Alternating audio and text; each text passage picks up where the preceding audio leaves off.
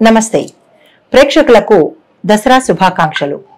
ఈ నవరాత్రులలో అమ్మవారి అవతారము నాలుగో అవతారమైన కూష్మాండ కామాక్షి తల్లి। అసలు కూష్మాండ తల్లి అమ్మవారి అవతారం ఏంటి, ఆ అవతార వెనకాల రహస్యం ఏంటి, అసలు విశిష్టత ఏంటి, ఈ తల్లిని ఎలా పూజించాలి, ఈ తల్లి యొక్క మంత్రం ఏంటి, ఏ నైవేద్యం పెట్టాలి అనేది సవివరంగా ఇప్పుడు చూద్దాము। ఆ కూష్మాండ దుర్గాదేవి నవరాత్రులలో నాలుగో అవతారంగా చెప్పడం జరిగింది। ఆశ్వీజ శుద్ధ చవితి నాడు ఈ అమ్మవారిని పూజిస్తారు।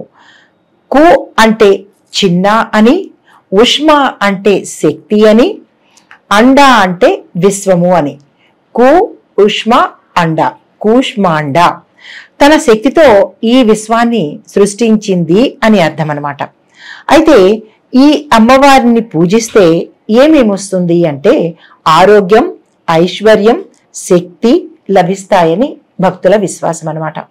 అయితే ఈ కూష్మాండాదేవి ఎలా ఉంటారు అంటే ఈ తల్లి 8 చేతులతో ఉంటూ ఆ చేతుల్లో చక్రం, ఖడ్గం, గద, పాశం, ధనస్సు, బాణాలు, ఒక తేనెతో కూడిన భాండము, ఒక రక్త భాండము ఉంటాయి।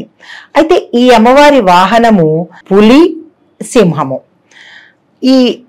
ఈ అమ్మవారి నుంచి 3 అమ్మవార్లు ఉద్భవించారు, అది ఎలాగో చూద్దాము। కూష్మాండాదేవి ఎడమ కంటి నుంచి అంటే కూష్మాండ తల్లి యొక్క ఎడమ కంటి నుంచి నల్లటి రూపంతో ఒక అమ్మవారు జనించింది। ఈమె చాలా ఉగ్ర స్వరూపమైన తల్లి అన్నమాట।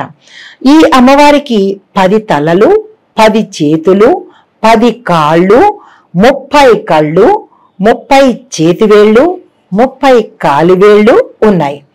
చిందరవందరగా ఉండే జుట్టుతో తన 10 నాలుకలను కొరుకుతున్నట్లుగా నాలుక బయటపెట్టి తెల్లని పళ్ళు కలిగిన ఈ తల్లి చాలా భయంకరంగా చూడడానికి అంత విచిత్రంగా భయంకరంగా కనబడుతుంది అనమాట।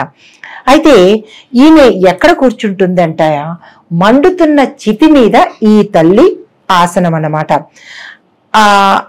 ఈ తల్లి ఆయుధము, ఈవిడ ఆయుధాలు ఏంటంటే ఈవిడ ధరించే ఆయుధాలు త్రిశూలము, చక్రము, బాణము, డాలు, తెంచిన రాక్షసుడి తల అన్నమాట, తల తిరిగిన రాక్షసుడి తల, పుర్రె, నత్తగుళ్ళలు, ధనువు, కర్ర ధరించి ఉంటుంది।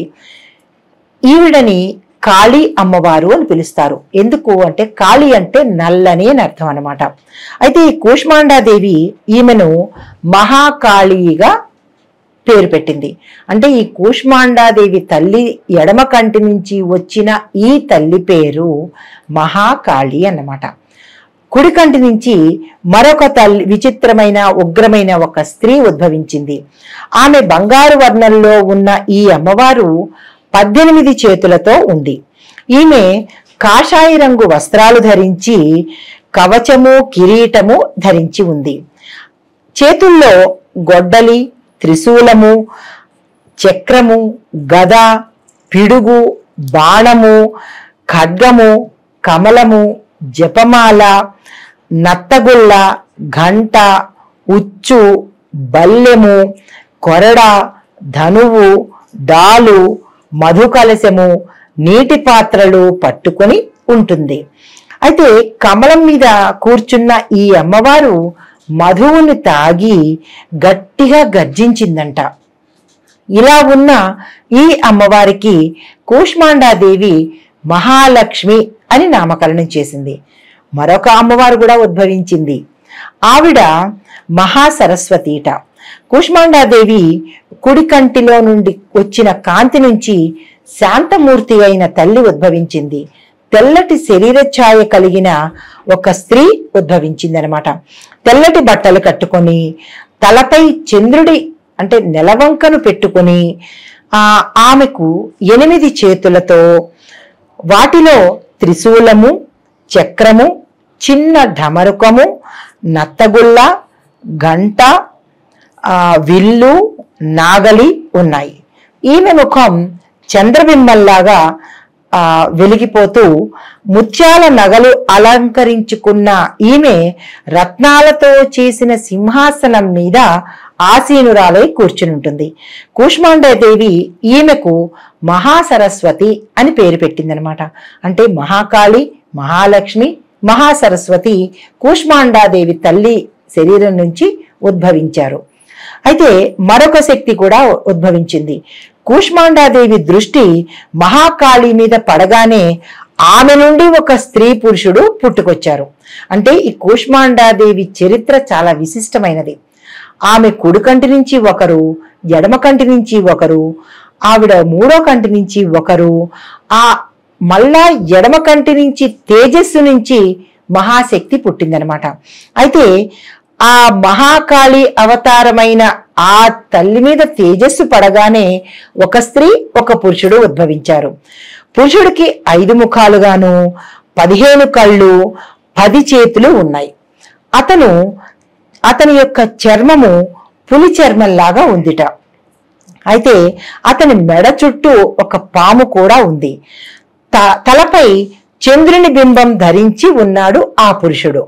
అతని చేతుల్లో గొడ్డలి, జింక, బాణము, ధనస్సు, త్రిశూలము, పిడుగు, కపాలము, డమరుకము, జపమాల, కమండలము ఉన్నాయి.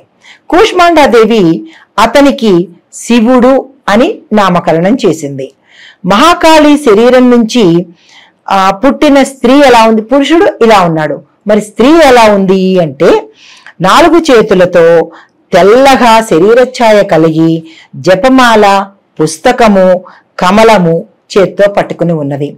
అయితే ఆమెకు శక్తి అనే పేరుని పెట్టింది కూష్మాండాదేవి తల్లి. అయితే కూష్మాండాదేవి వీళ్ళిద్దరూ కలిసి ఆమె నుంచి పుట్టారు కాబట్టి ఒకరు శివుడు అయితే మరొకరు సరస్వతి అన్నమాట. శక్తికి మారు పేరు సరస్వతి.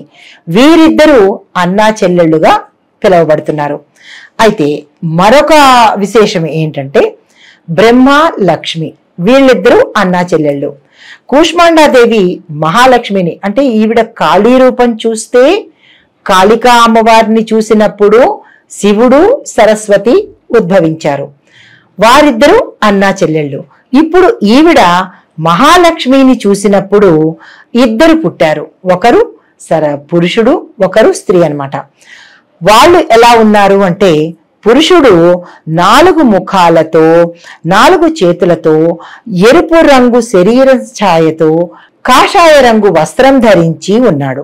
ఖరీదైన నగలు ధరించిన అతను తామర పువ్వు, పుస్తకము, జపమాల, కలశము పట్టుకొని ఉన్నాడు. ఇతనికి ఆమె బ్రహ్మ అని నామకరణం చేసింది. అయితే ఇప్పుడు స్త్రీ ఉద్భవించింది. ఆమె ఎలా ఉందంట, తెల్లగా 4 చేతులతో అందంగా లేత ఎరుపు రంగు వర్ణంలో ఉన్న ఆమె తన 2 చేతులతో తామర మొగ్గలు, కింది 2 చేతులతో అభయముద్రలోను ఈ తల్లి ఉందిట. అయితే లెక్కలేనన్ని ఆభరణాలు ధరించి ఉన్న కూష్మాండాదేవి ఈమెకు ఏమని పేరు పెట్టారు, మహాలక్ష్మి అని పేరు పెట్టారు. అయితే ఈమె దృష్టి సోకి పుట్టిన ఈ బ్రహ్మ, లక్ష్మి ఇద్దరు సోదర సోదరీలు అవుతారన్నమాట. ఇది ఆ కూష్మాండాదేవి తల్లి మహాకాళిని చూస్తే ఇద్దరు, లక్ష్మీదేవిని చూస్తే ఇద్దరు, శక్తిని చూస్తే ఇద్దరు పుట్టారు. అంటే వీళ్ళు అన్నదమ్ములుగా వచ్చారన్నమాట, శివుడు, బ్రహ్మ, లక్ష్మి. అయితే ఇప్పుడు ఆ తల్లి యొక్క ధ్యాన శ్లోకం ఏంటంటే సురా సంపూర్ణ కలశం రుధిరా ప్లుతమేవచ దదానా హస్త పద్మాభ్యాం కూష్మాండ శుభదాస్తుమే. అది ఈ తల్లి ధ్యాన శ్లోకం అన్నమాట. అయితే 4వ రోజు అమ్మవారు అన్నపూర్ణాదేవి అవతారంతో దర్శనమిచ్చి ఈ అమ్మవారికి ఇష్టమైన గారెలు, మొక్కజొన్న వడలు నైవేద్యంగా సమర్పించి ఆ అమ్మవారి అనుగ్రహానికి పాత్రులం అవుదాము. అయితే ఇక్కడ మరొక విశేషం చెప్పాలి. ఈ 4వ రోజు అమ్మవారిని ఏ సమయంలో పూజించాలి, ఏ సమయంలో కలశం పెట్టుకోవాలి అనే అంశం గురించి ఇప్పుడు చూద్దాము. 4వ రోజు అనగా ఆదివారము తదియ రోజు అక్టోబరు ఆదివారము 6వ తారీఖు రాహుకాలము సాయంత్రం 4:30 నుంచి 6 గంటల వరకు రాహుకాలం ఉంది. దుర్ముహూర్త సమయము సాయంత్రం 4 నుంచి 4:48 వరకు ఉంది. కాబట్టి ఈ రెండూ లేని సమయం చూసుకుని అప్పుడు మీరు పూజ కనుక ప్రారంభించినట్లయితే సక్రమంగా, అప్పుడు మధ్యలో ఏమైనా ఆటంకాలు వచ్చినా అది మనకి రాహుకాలం కానీ దుర్ముహూర్తం కానీ మనకి లెక్కలోకి రాదన్నమాట. అయితే ఈ అమ్మవారికి మనం ఏ మంత్రం చెప్పాలి? ఈ ధ్యాన శ్లోకం చెప్పలేని వాళ్ళు ఈ అమ్మవారికి ఓం హ్రీం శ్రీం క్లీం లలితాదేవ్యై నమః అనే మంత్రాన్ని మీరు కనుక శక్తి అనుసారం కనుక పఠించుకున్నట్టయితే ఆ తల్లి అనుగ్రహానికి పాత్రులవుతారు. నమస్తే.